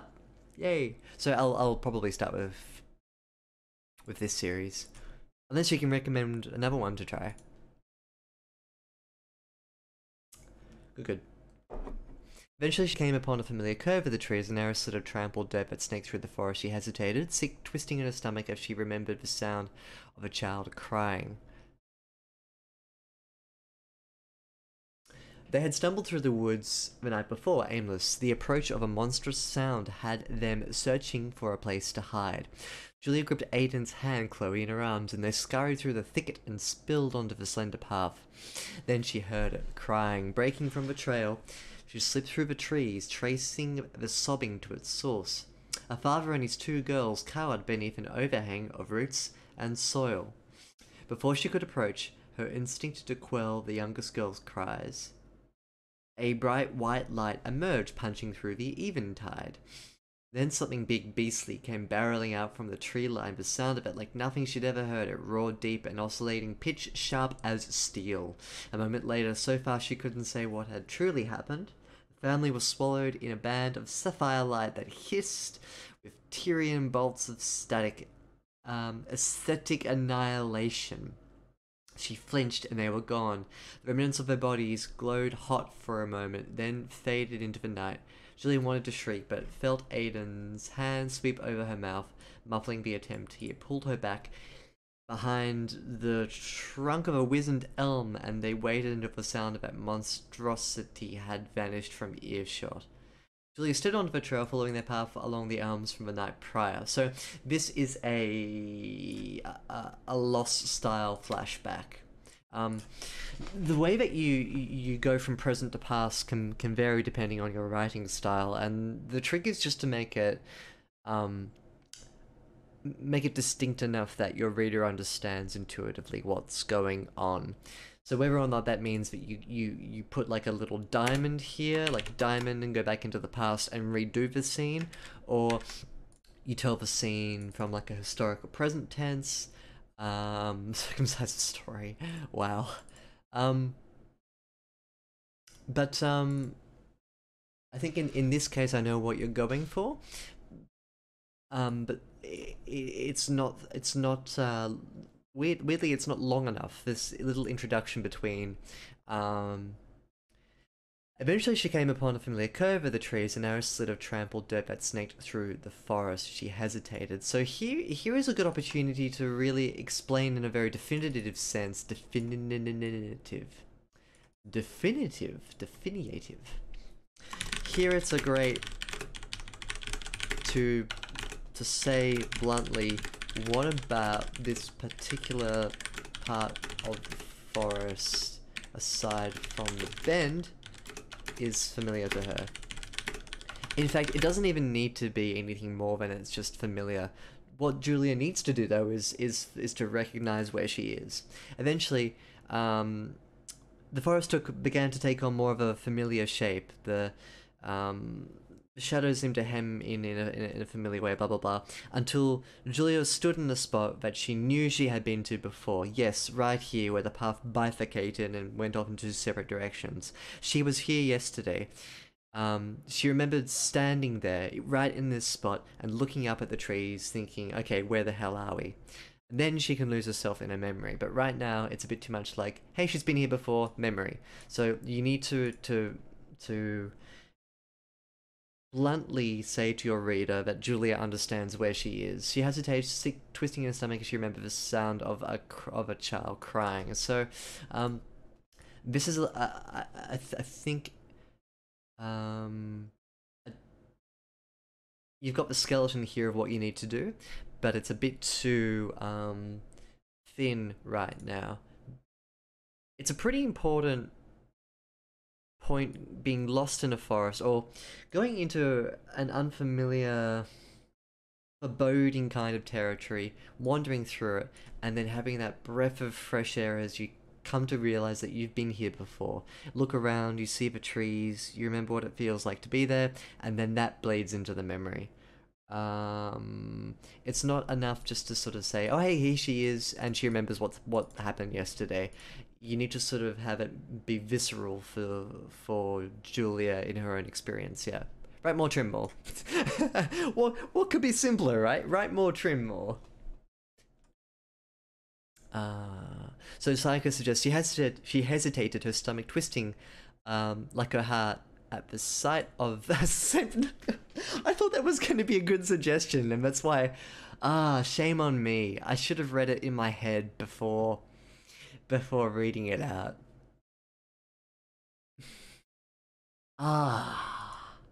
What a ruse. I was bamboozled thoroughly. There was a thorough bamboozling.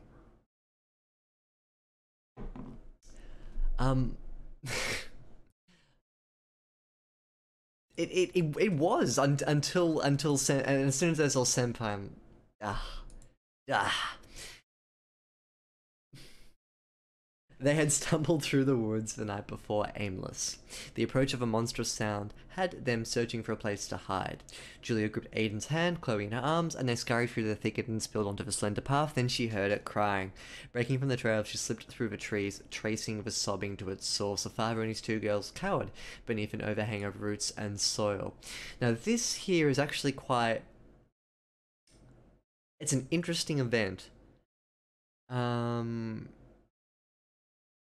But it lacks the same sort of attention to detail that you've placed elsewhere in the story. Like we've written quite a lot here about quite a mundane event, of injuring yourself as you're picking up a tire iron. Yet this event here, which is the blueprint to a really good story event, is only afforded a very tiny amount of almost synopsis-like detail. Have a read of it again. They had stumbled through the woods the night before, aimless. The approach of a monstrous sound had them searching for a place to hide. Julia gripped Aiden's hand, Chloe in her arms, and they scurried through the thicket and spilled onto the slender path. Then she heard it crying. So it's quite thin detail, and the tension within all of this is kind of flat. So it doesn't start off with panic. It doesn't start off with them being lost. It doesn't start off with Julia being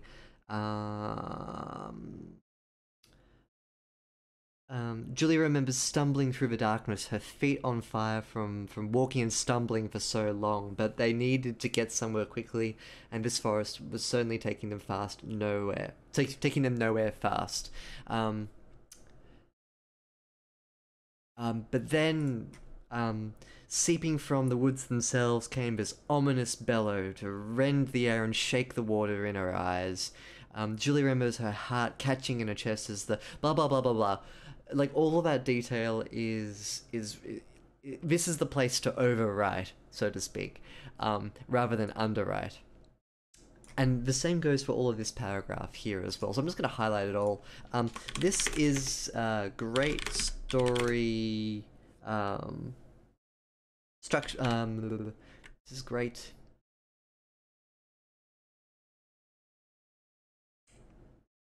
It's great story detail. I know detail is what's lacking. What happens here is interesting.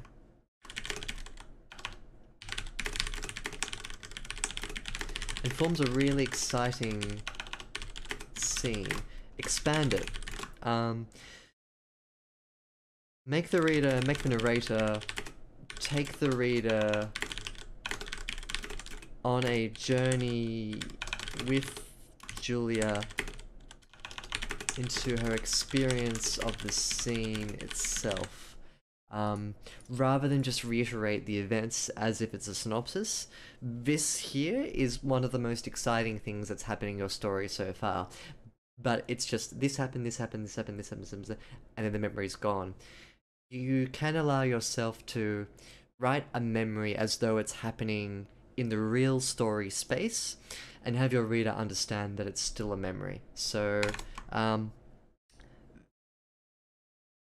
whereas in other parts of the story I've encouraged you to trim, here I want the opposite. I want visceral, emotional detail, instead of bullet point story descriptions. I don't want this to be to sound like I'm taking a shit on the structure here, but I do realize that what I've written just sounds quite blunt.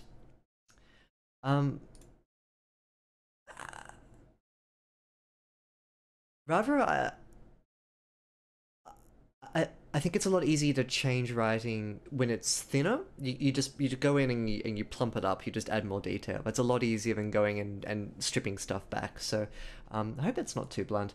But my understanding here is that this could be the really exciting, maybe even one of the best things that happens in this whole chapter is this Um, Julia's in a forest and she's re-experiencing what happened to her the night before. Interesting for the reader because they want to know what happened, and really good detail about how this monster works and how it interacts with humans. We've never had such direct detail before in a story about how aliens and humans interact. So now would be a great time to not be obscure. You can still be mysterious. You don't have to tell us everything, but um, at the same time, you don't want it to read like a synopsis. Make it into a story. Nice.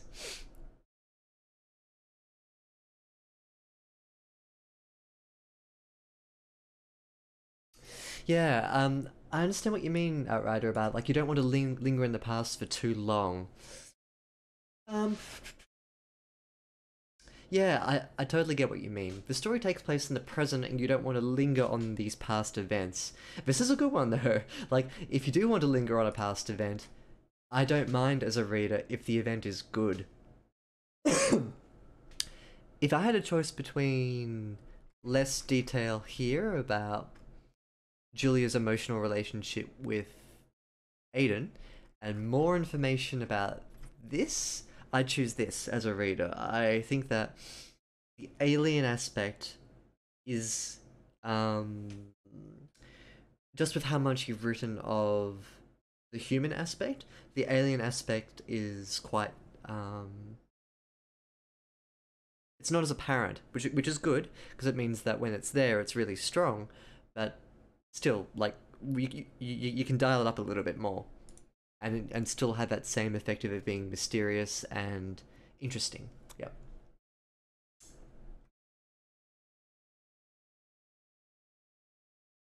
Right, as you say, like a hungry dog that needs more food. Yeah, definitely.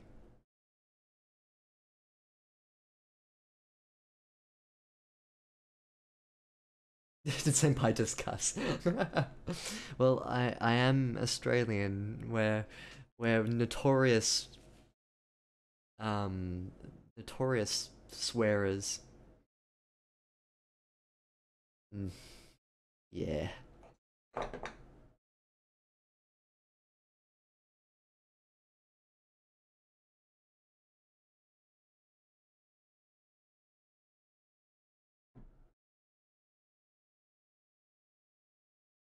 I know you didn't guess before.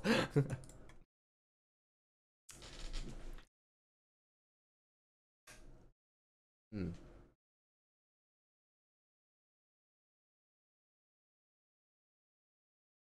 Just trying to think of anything else to say here. No, I think I've made my point. This is good. I want more of it. I want it to be more of a story.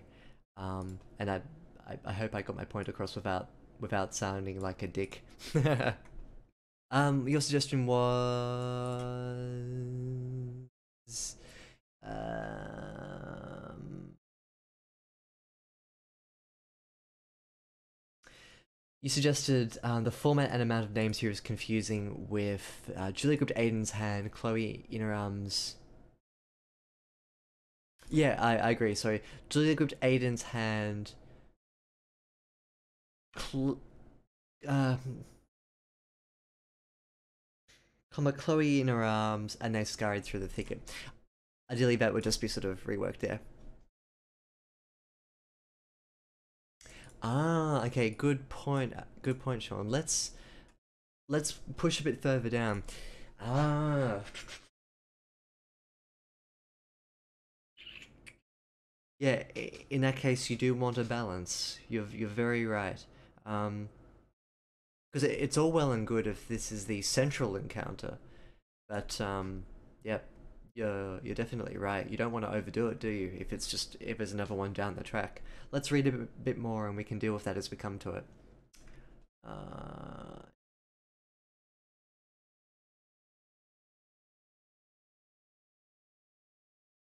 Julia stepped onto the trail, back in the present tense, following their path among the elms from the night prior.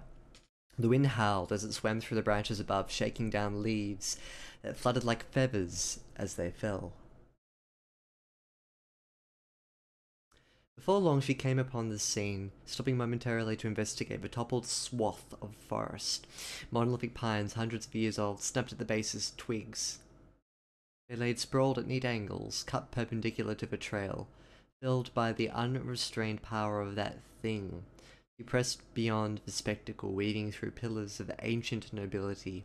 A deafness had overtaken the break. A break is a collection of trees, by the way, for those people who don't know. Like me, 2 hours ago, didn't know what it was. Save the pounding in the distance, there was a stillness in every branch, and in the air itself, but madness reared its head again as she cleared the forest. She was back in the presence of savagery. The perfume of wild hay and dung was overwhelmed by a stink of wood smoke and melted pavement and overcooked meat. A battlefield. A massacre. Fires flickered all around, casting their glow on the freeway, and the carnage that the infernal streak had wrought. Distant white lights swarmed the dismal sky over the city to the north, frenzied stars upon a starless night. They whipped the inbound storm into a writhing soup of smoke and ash.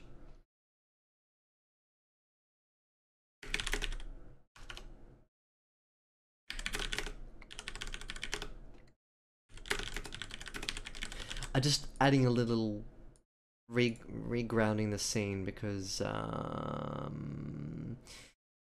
this paragraph assumes we know that we're back at the freeway, but it doesn't tell you until it's about midway through.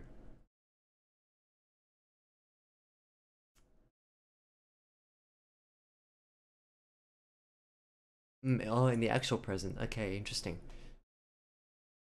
Yep, good. The other thing you could do, Outrider, is if you wanted to focus on a single sense, that often works really well.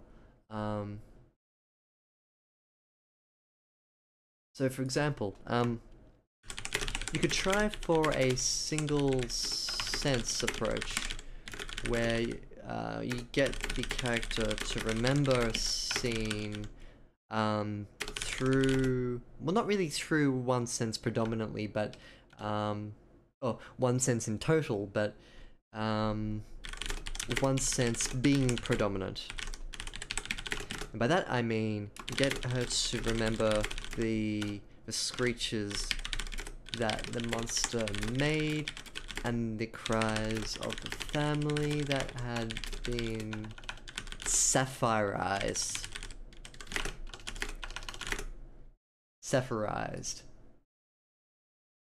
To do this, however, it's probably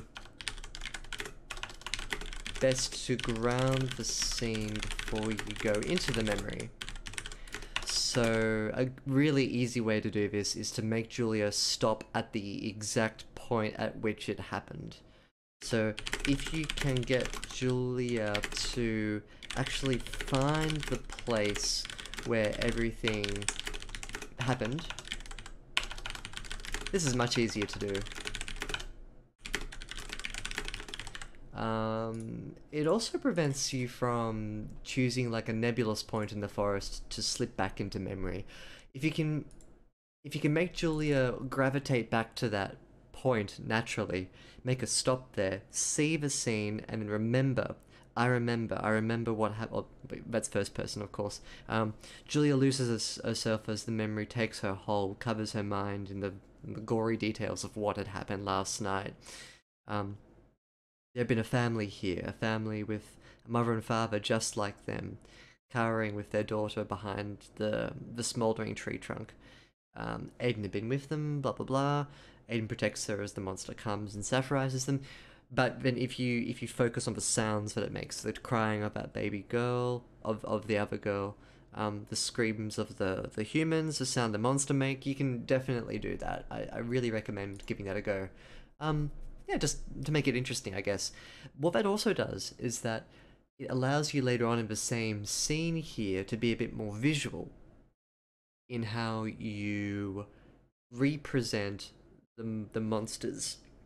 So for example, if you make this a visual scene and couple that with a visual scene of the monsters later on in the chapter, it's kind of like a it's painting with the same color. So if you change color, it's a bit more amenable to having the information doubled up. Yep. Ah, you already do it. Rats. Ah.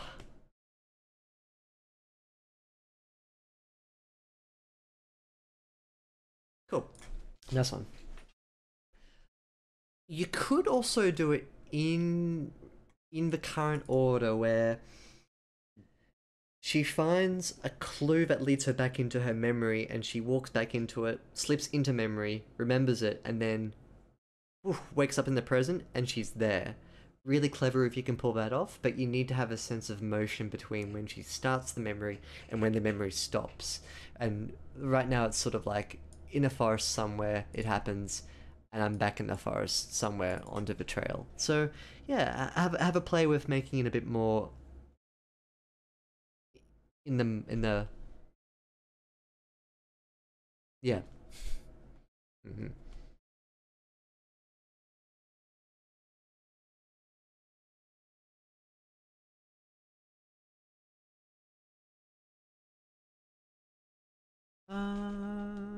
Good, good, good.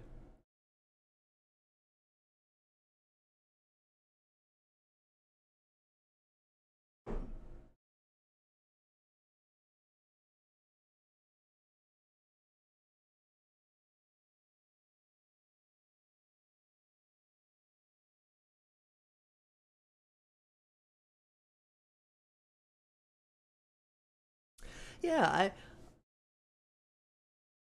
I agree, Psyche. It is well written in a way that's that's noticeably distinct from Nick's sense of well written.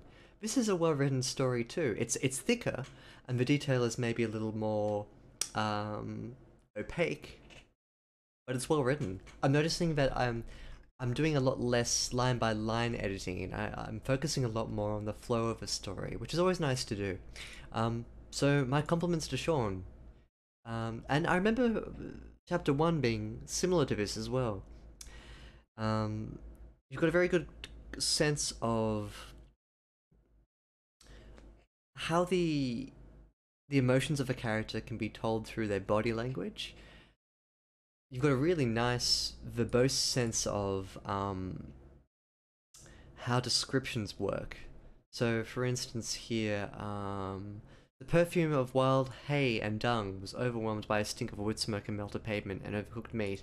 A battlefield of massacre. Flies flickered all around, casting their glow on the freeway and the carnage that the internal streak had wrought. Like it's lovely, thick but lovely. Is it purple prose? I mean, look, maybe a little, but that that doesn't it doesn't bother me. If it bothered me, I'd tell you to dial it back.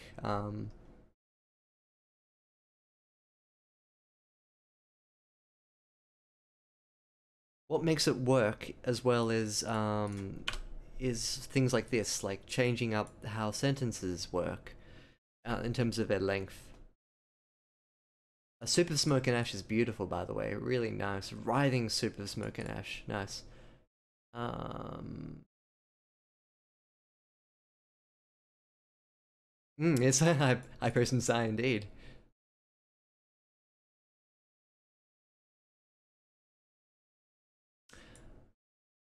Hmm.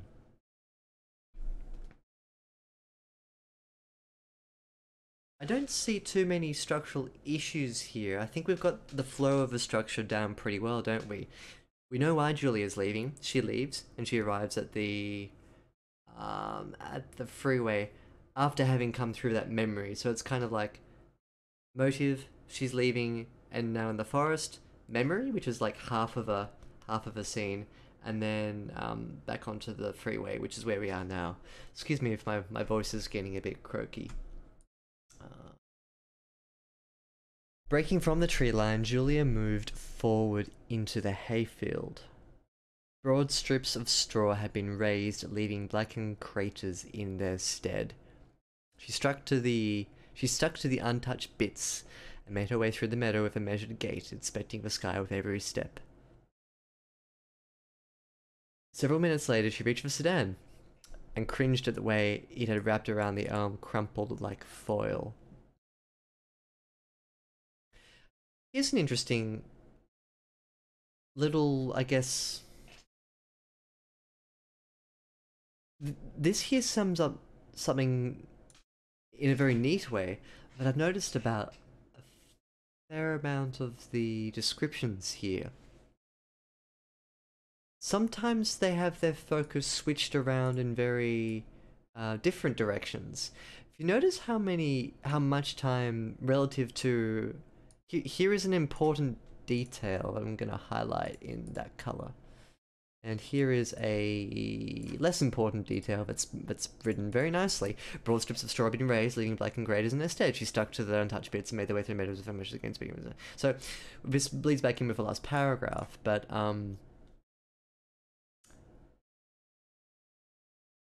this detail here, she reached for Sedan and cringed at the way it had been wrapped around the elm.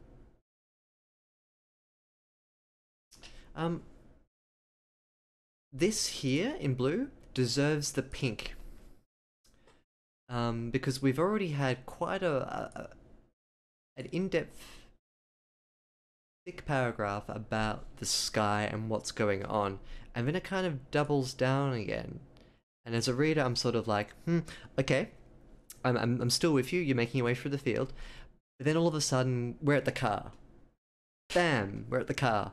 This is an important quest marker in the whole story, and I feel as though like this whole paragraph should be dedicated towards getting to the, well, not the whole paragraph. Breaking from the tree line, Julie moved forward in the hayfield, tracing a path through memory. Ahead in the distance, she recognized the husk of where she remembers her sedan to be, and the elm that had brought them to an abrupt end. You can describe the elm, describe the car, and then make her actually stop outside it. That's much more important detail than this here. So I'm going to make a comment. The Bayfield here. Here you can spend much more time addressing the quest marker, the car. This is a much more important detail to talk about, especially since we've had a nice descriptive paragraph prior that delves into the sky and the surrounds. Yeah, so just keep that in mind. Sometimes, this is the first time it's really jumped out at me as an obvious example, but there have been a few other times here where I felt as though the description has been misplaced around, this is a really important thing, this is less important, and yet there's more about the less important stuff. So just reverse it, and make the paragraph focus on the quest marker. She struggled but managed to open the driver's side door. Where was the button for the trunk? Julia had been unfamiliar with the layout of the vehicle. She never drove, never wanted to. Her birth parents were lost to a drunk driver. Oof. Stolen away from her at 11. She found the button beneath. This is interesting. It's so blunt and just dropped in there. And I really like how refreshing that is. It just hits out of nowhere. It's simple. It has none of the poetry of the other story, and I really like that. That's really clever. What you've done here is just a complete 180 from and in a really good way. This is a great example of contrast. So yeah, very nice. Love it. Oh, sorry, people have been chatting. Let me go back and read.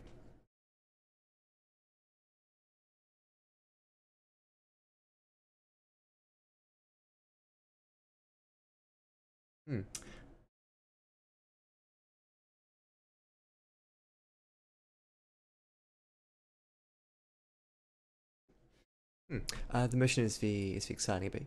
Yeah, cool.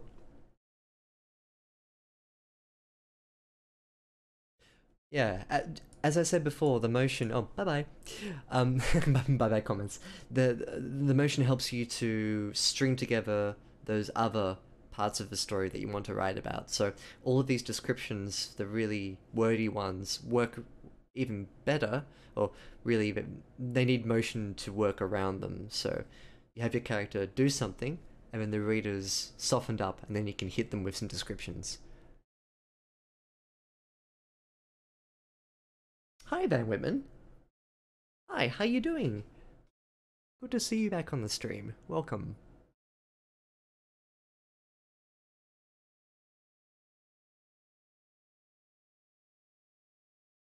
That is a mysterious situation for Mistress Mysterious.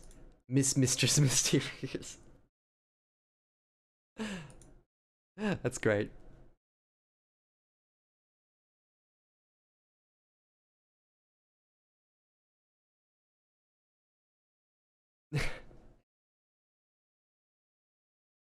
Hmm.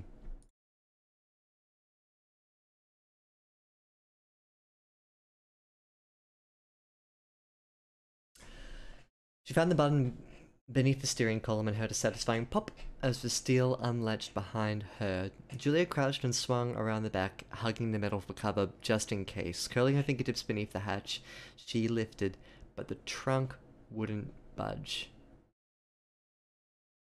Wedging the flat end of the tire iron between the steel, she pried upward. Um, probably important to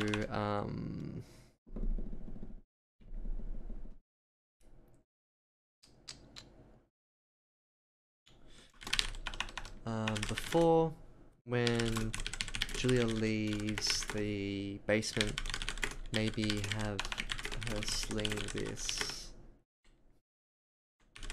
through a belt loop or something. Then here, get her to unloop it. This isn't so much the black bag thing as much as it's I remember you established before that she had a tire iron. This is the first time she used it, but it kind of just pops out of nowhere again. Even though you mentioned it before, we didn't really put it back into our inventory, and it just sort of pops out here. Yep, simple fix. Still no luck, she crouched, centered her elbows beneath the bar.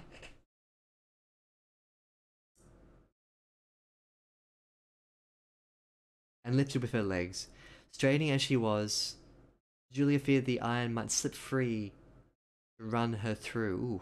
Instead, the hatch flung open with sound of steel chewing at itself. With the sound of steel chewing at itself. She was in! Patting down the contents of her trunk, she touched smooth, worn leather and took hold, jerking her backpack from the car.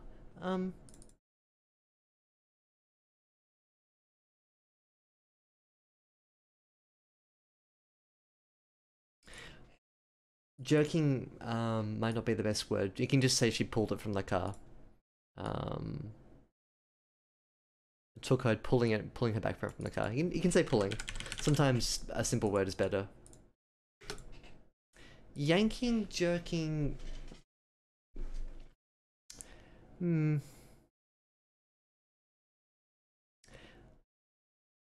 a think. Patting down the contents of a trunk. Yep. I think it's probably fine to leave it. It was full of the things that Julia liked to have with her in case the urge to hike or climb had struck. She rifled through the sack, removing the items that suddenly mattered little: notebooks, planners, makeup, and even her high-resolution camera. She found her flashlight in there, though, and checked it against her palm, revealing the pink inner workings of her hand. I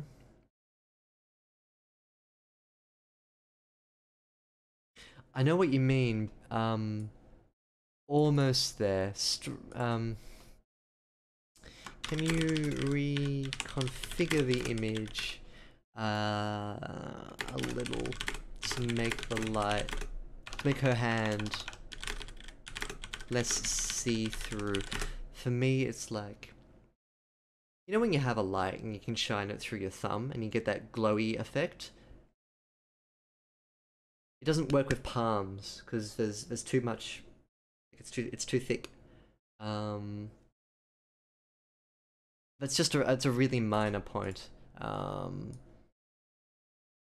But yeah, unless she's an alien and that's how her skin works.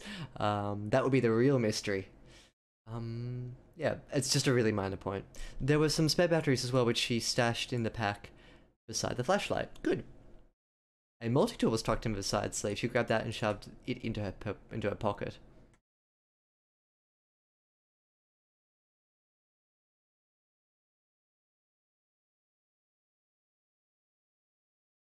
Um.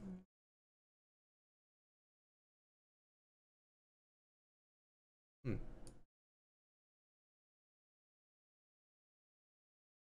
Flipping. Like flipping a backpack from the car? Yeah, that could work. Hmm.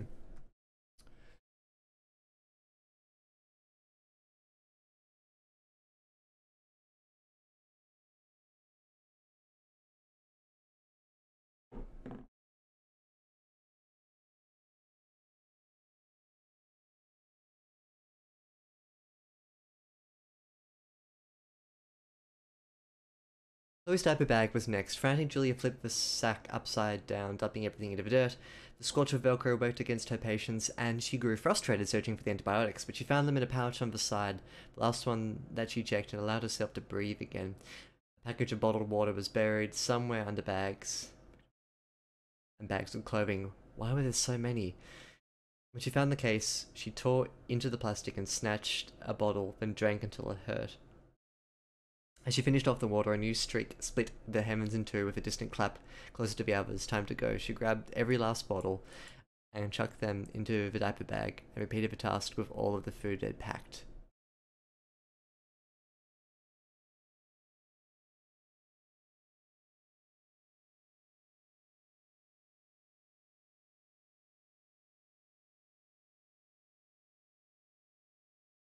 Hmm.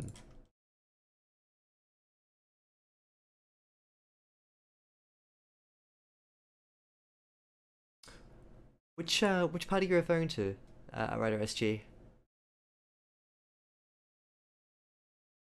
Um, you mean this part here? Should you grab that and shove it into a jacket? Or...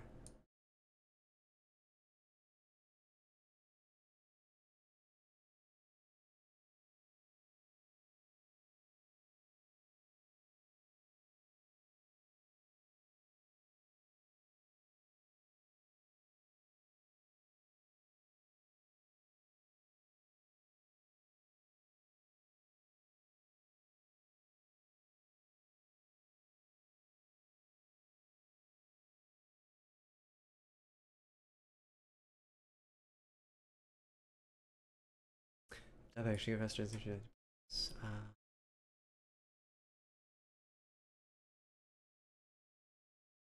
I don't think it's too telly. Frantic Julie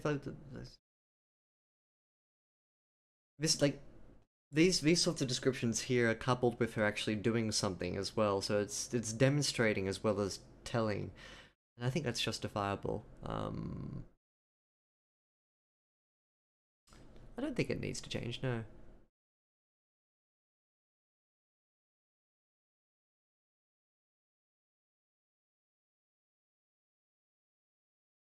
Give us a good smell.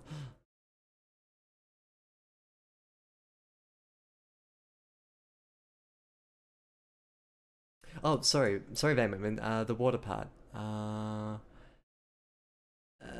don't get the water bit. My guess as a reader was that she,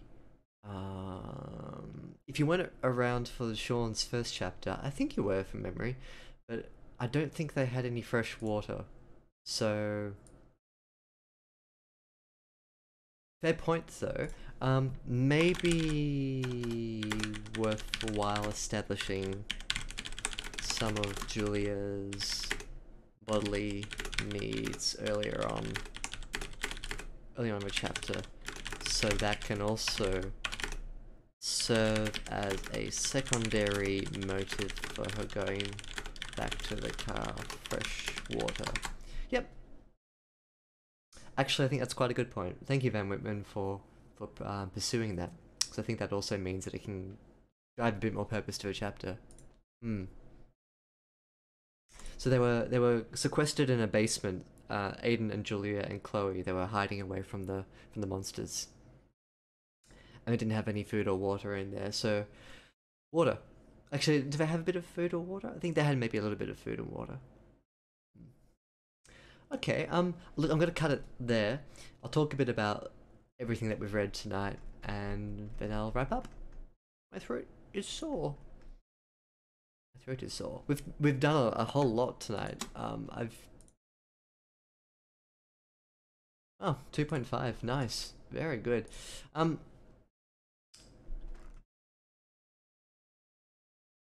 In addition to cutting back some of these other parts here too,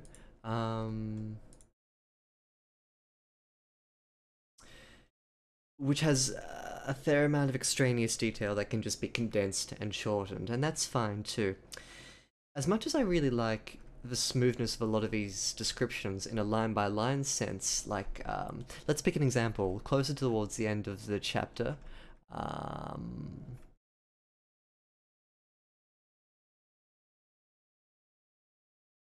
This one here, for instance. On a line-by-line sense, I think the writing is very nice. Shawn, when you're going through these chapters again too, don't worry so much about whether or not each description is functionally valid, and whether or not they're as poetic or as imagery generating as they can be. I think you've got the knack of making a very, very concise and quite a strong image. What I'd like to suggest that you have a think about is this well, not really an issue, it's just more of a sort of thing to watch out for. Have a think about how your paragraphs serve to push the story forward. You establish motive quite well, and you drop in background information quite well too. Sometimes in the general forest of your writing, it becomes quite thick to the point where we forget what we're doing in this place. It's a beautiful world you're constructing. Often I feel as a reader like, I know I'm getting from A to B. There's a lot of this detail that takes place between here and there that I might try and pick a better place. An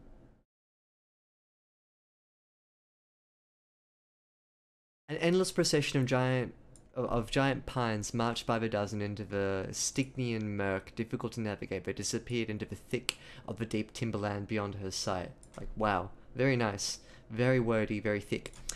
What does it do to serve pushing the story forward with,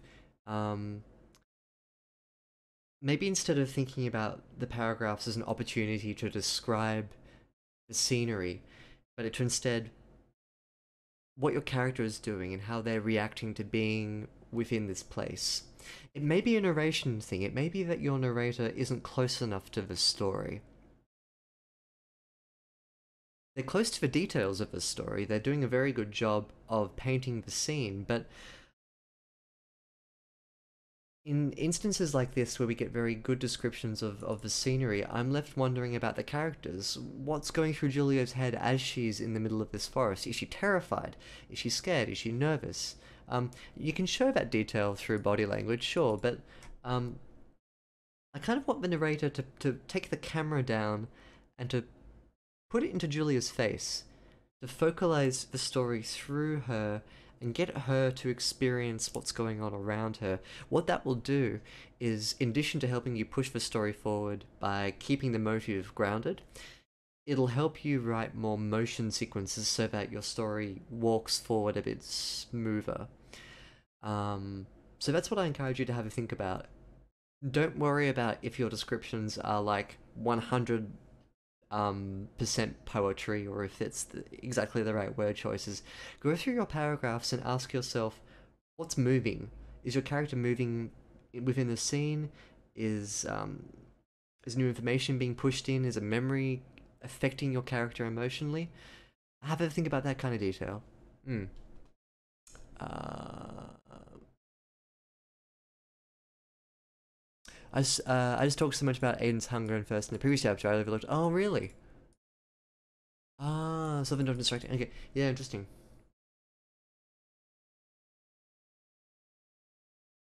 Is that a new addition? Because I don't remember that when I read through the first chapter. Is it something that you put in into the first chapter in your rewrite? Maybe. Hmm. I guess the second thing to have to think about is at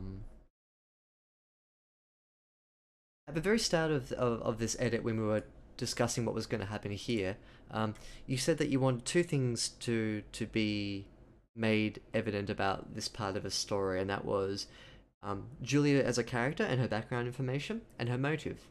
Keep those two tight in your mind as you're going through the whole chapter, and ask yourself whether or not the scenes are serving motive or character information. And if they're not, trim them back a little bit. So as much as we love these descriptions of forests, if it's not serving to tell you something about Julia, give a memory, or push the story forward, consider chopping it. Not getting rid of it completely. I don't want you to completely cut all of your scenes. I just maybe want to encourage you to do some pruning. Yeah. Um, so like I mentioned before, the presence of some purple prose. Um, I think maybe parts of it are a little bit purple, but lovely, but maybe a bit unnecessary for how the story functions. The more you edit and the more you go through and read it, you'll get a sense of when some of the descriptions are a bit like, you'll read them and you'll think, huh, okay, then it's nice, but why did I write this?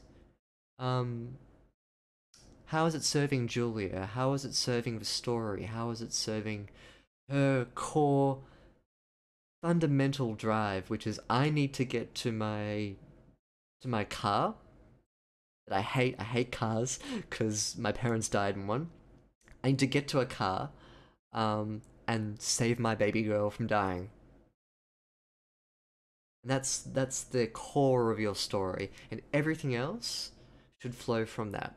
Not everything, sure, but like a lot of it should. So when you're going through again and you come up to the pink here, there's pink further down as well. And I don't mean here, I mean like all throughout that we were talking about. Have a think about where you can prune it back a bit. Control F olives.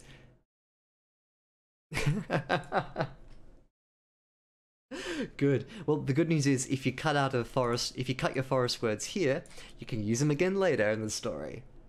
Nice. Actually, I will Control F olives. Um,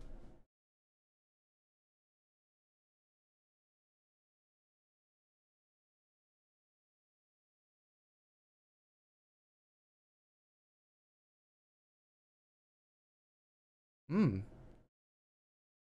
If only. Nice. Verdant greenery. Oh, sea of leaves. That's lovely. I'm gonna steal that.